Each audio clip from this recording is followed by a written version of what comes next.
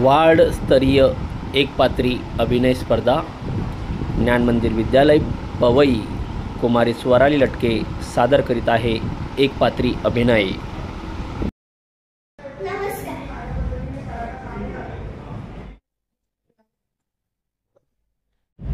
आज मालकाने जरा लवकरच चालायला पाठवलंय। छान छान चारा खाऊन घेते बरं।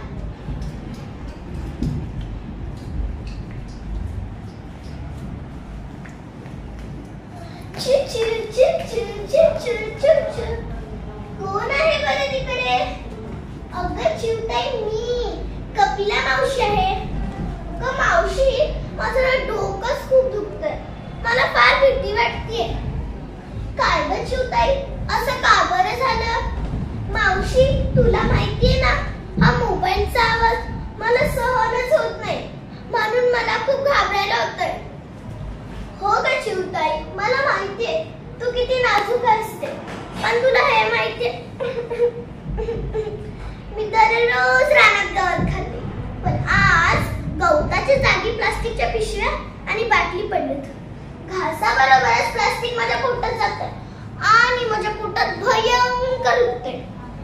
हो ग मावशी, ही माणसं आपल्या रानात येतात आणि बाटली घाण तशीच ठेवून जातात। चिवताई, तुला माहितीये, अगोदर इथे भरपूर झाडे होते, तुझ्यासारखे पक्ष्यांचे थवे होते, पण आज झाडांच्या ऐवजी सिमेंटच्या भिंतीत। मावशी, ह्या माणसांना वाटतंय की ते प्रगती करतायत, ह्या माणसांना वाटतंय की ते प्रगती करतायत, पण हे तर स्वतःचा श्वासच बंद करतायत। चिवताई, तुला माहितीये, नदीतले पाणी आटत चालले, ढग रुसलेत, निसर्गाचं संतुलन बिघडतंय। मावशी, तुला माहितीये, हवेतील उष्णता वाढली, मी जराशी सुद्धा धावली ना, मला लगेच थकवा येतो आणि हा पाणी किती उकळतंय। चिवताई, आपल्याला काहीतरी करायला हवं, गप्पा बसून चालणार नाही, आपला आवाज माणसांपर्यंत पोहोचायला हवा। पण मावशी, हा माणूस ऐकतो का?